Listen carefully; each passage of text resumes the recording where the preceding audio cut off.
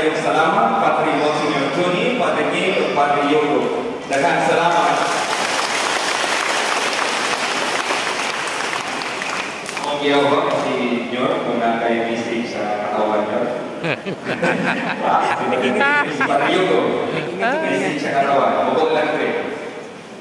Message to the pastoral community. Ano sa may bawa ka Di naman si Padre King.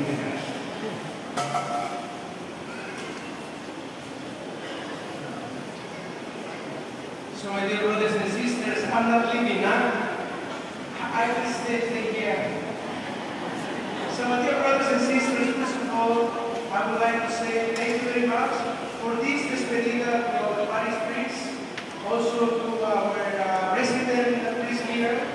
So we know that to say goodbye is not easy, especially when people gave us their heart.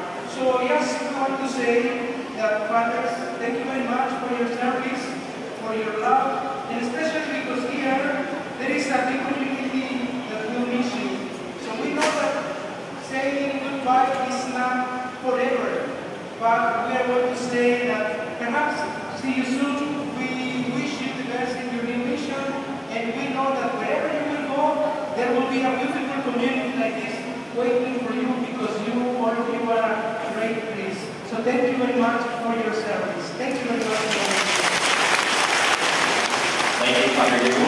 Ngayon na ako giyawag ang tanang mga liturgical servers for protocols.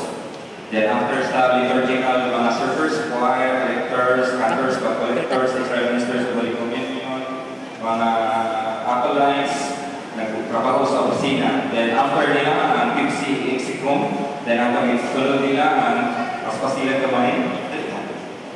Mga liturgical servers, dali na mo.